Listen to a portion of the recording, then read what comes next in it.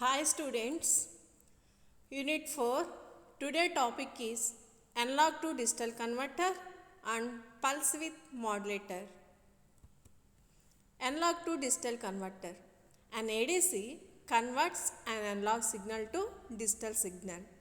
Analog to digital converter or ADC అనేది ఏం చేస్తుంది అంటే అనలాగ్ సిగ్నల్ని డిజిటల్ సిగ్నల్గా కన్వర్ట్ చేస్తుంది అనమాట. Such conversions are necessary because embedded system deal with digital values.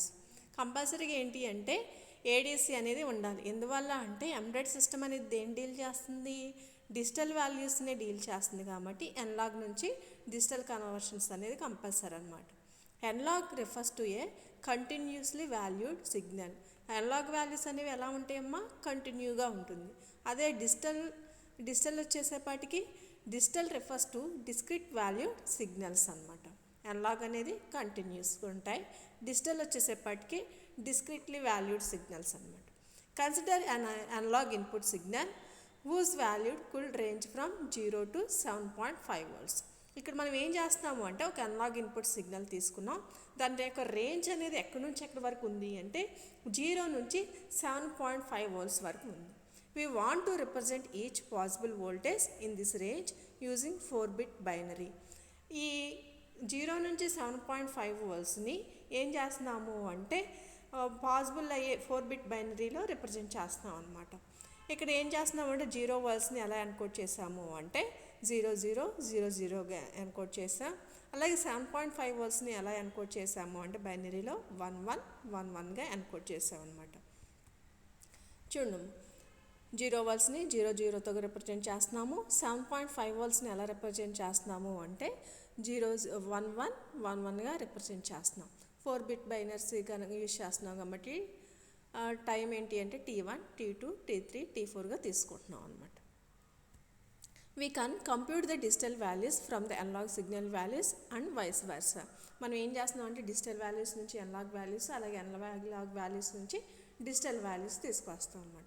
ఇక్కడ ఫార్ములా ఏంటి అంటే E/V maximum equal to D/2n-1. ఇక్కడ V maximum అంటే ఏంటి అంటే మ్యాక్సిమం వోల్టేజ్, E అంటే ఏంటి అంటే ఇన్పుట్ వోల్టేజ్, ఇక్కడ ప్రజెంట్ అయిన అనలాగ్ యొక్క ఇన్పుట్ వోల్టేజ్ అనమాట. N అంటే ఏంటి అంటే నెంబర్ ఆఫ్ బిట్స్ అనమాట, ఎక్కడ ఎన్ని బిట్స్ అవైలబుల్ ఉన్నాయో దాని యొక్క వాల్యూ అనమాట. సో ఫర్ ఎగ్జాంపుల్ 4 bits ఉంటే 4, 8 bits ఉంటే 8 అనమాట.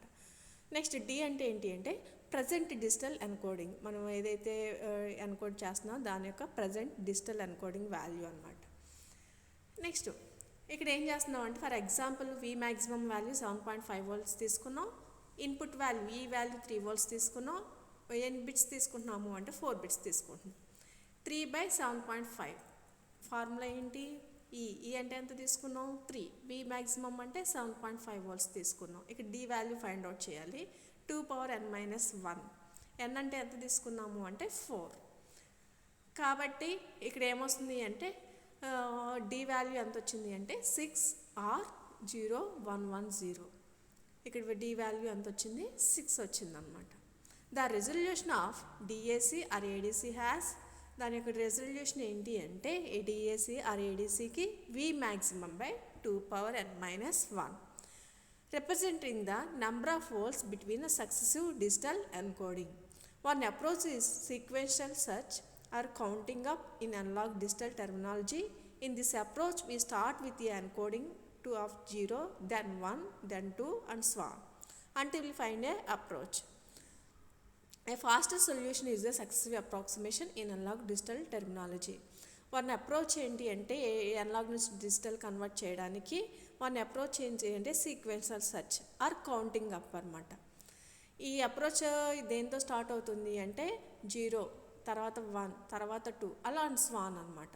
అదా ఇంకా ఫాస్టర్ సొల్యూషన్స్కి సక్సెసివ్ అప్రాక్సిమేషన్ని యూజ్ చేస్తున్నాం అనమాట. We start with the encoding corresponding to a half of the maximum, then compare the resulting in analog value with the original. ఇంకో successive అప్రాక్సిమేషన్లో ఏం చేస్తాము అంటే ఇక్కడ ఏం చేస్తున్నామంటే హాఫ్ ఆఫ్ ది మ్యాక్సిమం వచ్చిన వాల్యూని ఏం చేస్తున్నామంటే కంపేర్ చేస్తున్నాం ఒరిజినల్ వాల్యూస్తో, ఒరిజినల్ అనలాగ్ వాల్యూస్తో కంపేర్ చేస్తున్నాం అనమాట. If the resulting value is greater than the original value we set the new encoding to half of any way between this one and the maximum. ఒకవేళ మనకి value అనేది greater than అయితే, original value కన్నా greater than అయితే new encoding చేసుకోవాలన్నమాట.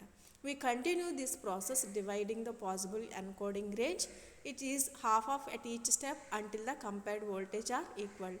ఇప్పుడు process అనేది ఎప్పటి వరకు చేయాలి అంటే ఈక్వల్ అయ్యేదాకా చేసుకుంటూ వెళ్ళాలన్నమాట. ఇక్కడ ఏ 2 మెథడ్స్ని యూజ్ చేస్తున్నాం ఏంటి అంటే సీక్వెన్షియల్ సెర్చ్, సక్సెసివ్ అప్రాక్సిమేషన్. ఇప్పుడు మనం చెప్పుకునేది ఏంటిది అంటే సక్సెసివ్ అప్రాక్సిమేషన్ గురించి చెప్పుకుంటున్నాం. దానికి ఎగ్జాంపుల్గా ఏం తీసుకుంటున్నాము అంటే analogue signal voltage range from 0 to 15 volts. Analogue signal అనేది ఎక్కడి నుంచి ఎక్కడి వరకు రేంజ్ ఉంది అంటే 0 to 15 volts ఉంది. అలాగే ఎన్ని బిట్స్ ఉన్నాయి అంటే 8 bits డిజిటల్ ఎన్కోడింగ్ అనమాట. To calculate the correct encoding of 5 volts. ఇప్పుడు మనం ఏం చేయాలి అంటే 5 voltsకి కరెక్ట్ ఎన్కోడింగ్ 5 ఇన్వైట్ చేయాలన్నమాట. ఇప్పుడు ఏం చేస్తున్నాం అంటే మనకి ఫార్ములా ఏంటి అంటే ఈ by V maximum equal to D by 2n-1. మనకి ఈ వాల్యూ ఎంత ఇచ్చారమ్మా 5 volts. ఇన్పుట్ వాల్యూ ఎంత 5 volts, మ్యాక్సిమం వాల్యూ ఎంత 15 volts, ఎన్ వాల్యూ ఎంత అంటే 8 అనమాట. కాబట్టి 5/15 వి మ్యాక్సిమం అంటే 15 ఈక్వల్ టు డి వాల్యూ మనకు తెలియదు కాబట్టి 2n వాల్యూ 8-1, డి వాల్యూ ఎంత వచ్చింది అంటే 85. Applying successive approximation method. ఇప్పుడు ఏం చేస్తున్నాము అంటే సక్సెసివ్ అప్రాక్సిమేషన్ యూజ్ చేస్తాం. మనకి వి మ్యాక్సిమం ఎంత అంటే 15, వి మినిమం వాల్యూ ఎంత అంటే 0. మనం ఎంత ఇన్పుట్ వోల్టేజ్ ఇచ్చాము అంటే 5 volts. Half V maximum plus V minimum. Half V maximum value ఎంత 15, మినిమం వాల్యూ ఎంత అంటే 0, ఈక్వల్ టు ఎంత వచ్చింది అంటే 7.5 volts. The above voltage is higher than the input voltage. We insert a 0 into the highest bit. ఇప్పుడు మనకి ఇచ్చిన value అనేది ఇన్పుట్ వాల్యూ కన్నా ఎక్కువ వచ్చింది. ఇన్పుట్ వాల్యూ మనం ఎంత ఇచ్చాం 5 volts ఇచ్చాం, కానీ మనకి ఇక్కడ రిజల్ట్ ఎంత వచ్చింది 7.5 volts వచ్చింది. కాబట్టి 5 కన్నా 7.5 అనేది హయ్యర్ కాబట్టి అక్కడ హైయెస్ట్ బిట్ దగ్గర మనం ఎంత పెట్టుకోవాలి అంటే 0 పెట్టుకోవాలి. చూడండి ఇక్కడ మనం హైయెస్ట్ బిట్ దగ్గర ఎంత పెట్టుకున్నాము అంటే 0 పెట్టుకున్నాం. ఎప్పుడు మనం ఇచ్చిన ఇన్పుట్ ఈ వాల్యూ కన్నా వచ్చిన వాల్యూ హై అయితే హైయెస్ట్ బిట్ దగ్గర మనం ఎంత పెట్టుకోవాలి అంటే 0 పెట్టుకోవాలన్నమాట. నెక్స్ట్ ఇప్పుడు వి మ్యాక్సిమం ఎంత వచ్చింది అంటే 7.5 volts, వి మినిమం 0. ఇందాక 15 volts తీసుకున్నాం. ఇప్పుడు వి మ్యాక్సిమం వాల్యూ ఎంత వచ్చింది అంటే 7.5 volts. మళ్ళీ హాఫ్ చేసాం, 7.5 + 0 ఈక్వల్ టు 3.75 volts. ఇప్పుడు ఇక్కడ 3.75 volts అనేది ఈ వాల్యూ కన్నా ఎక్కువ ఉందా తక్కువ ఉందా అంటే లోగా ఉంది. కాబట్టి మనం ఎంత పెట్టుకోవాలి అంటే 1 పెట్టుకోవాలి. ఈ వాల్యూ అనేది అవి వచ్చిన అవుట్పుట్ వాల్యూ అనేది ఈ కన్నా ఎక్కువ ఉంటే 0 పెట్టుకోవాలి, ఈ కన్నా తక్కువ ఉంటే 1 పెట్టుకోవాలన్నమాట. ఇప్పుడు V maximum equal to 7.5, V minimum equal to 3.75. ఇక్కడ వి మినిమం ఎంత వచ్చింది అంటే 3.75. వచ్చిన వాల్యూలో తక్కువ వాల్యూ ఏంటి అంటే 3.75 volts. మ్యాక్సిమం వాల్యూ ఎంత అంటే 7.5. మళ్ళీ హాఫ్ చేసాం, హాఫ్ చేసి వి మ్యాక్సిమం వి మినిమంని హాఫ్ చేసాం, చేస్తే ఎంత వచ్చింది 5.625. ఇది ఈ వాల్యూ కన్నా ఎలా ఉంది హైయర్ ఉంది కాబట్టి ఏం పెట్టుకోవాలి మనం 0 పెట్టుకోవాలి.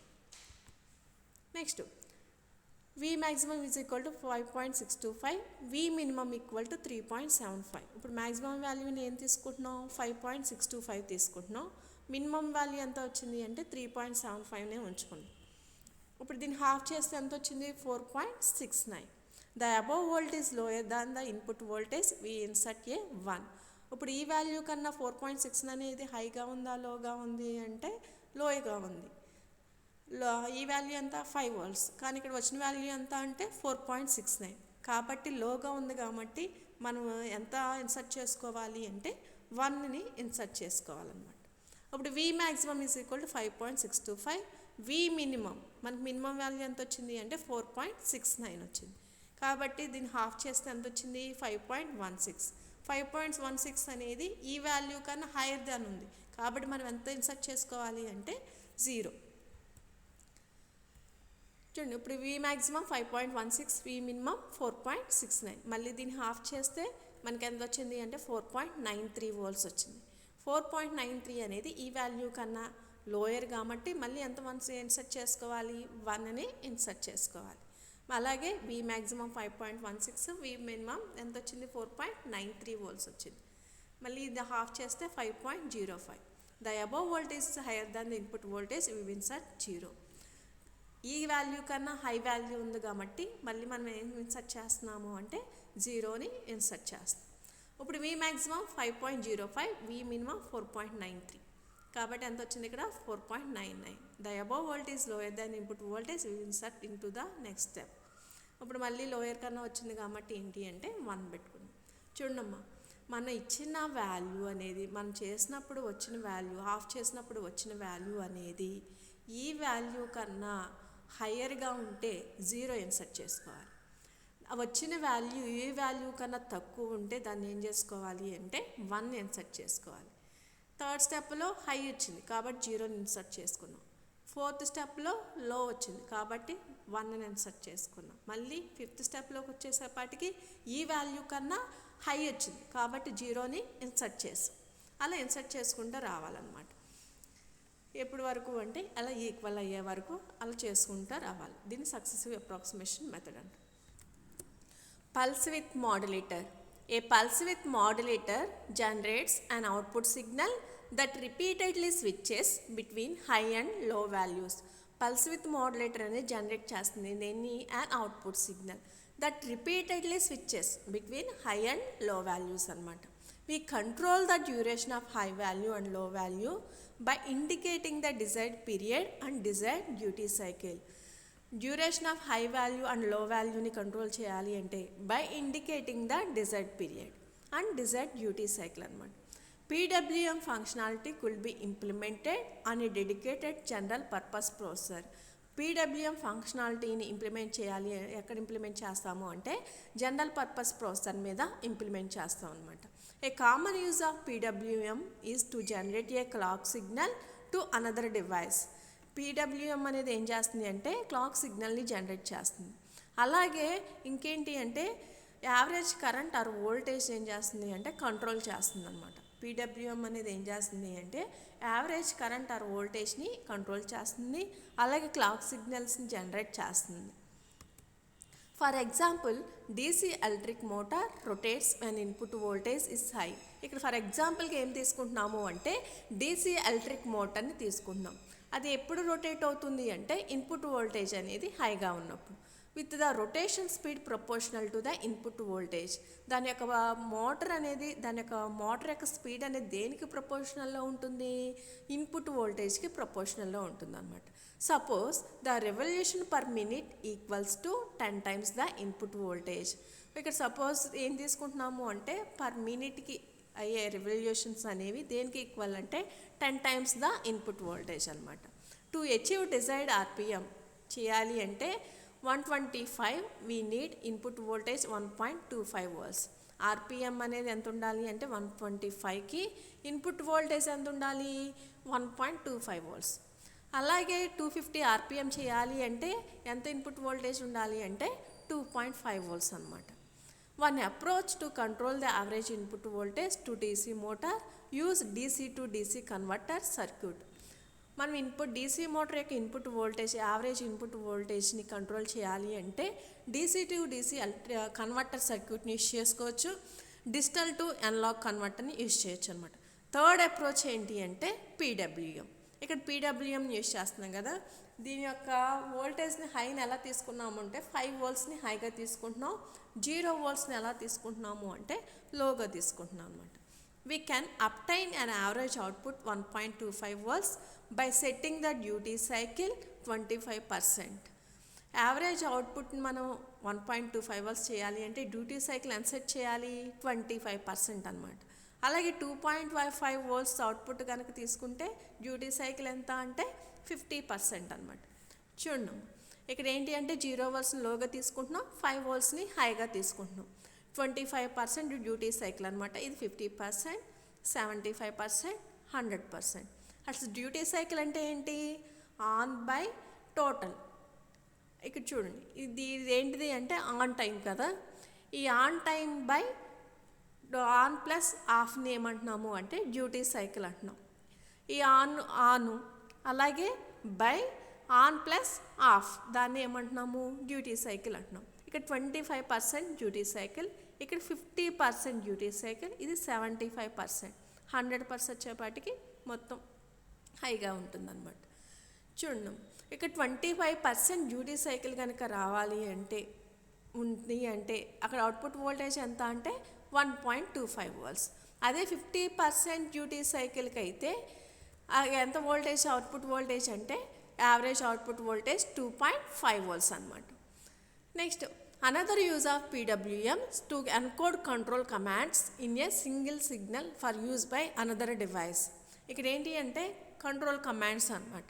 ఇక్కడ ఎగ్జాంపుల్కి ఏం తీసుకున్నాము అంటే రేడియో కంట్రోలర్ కార్ తీసుకుంటున్నాం. A pulse with 1 millisecond corresponds to turn left.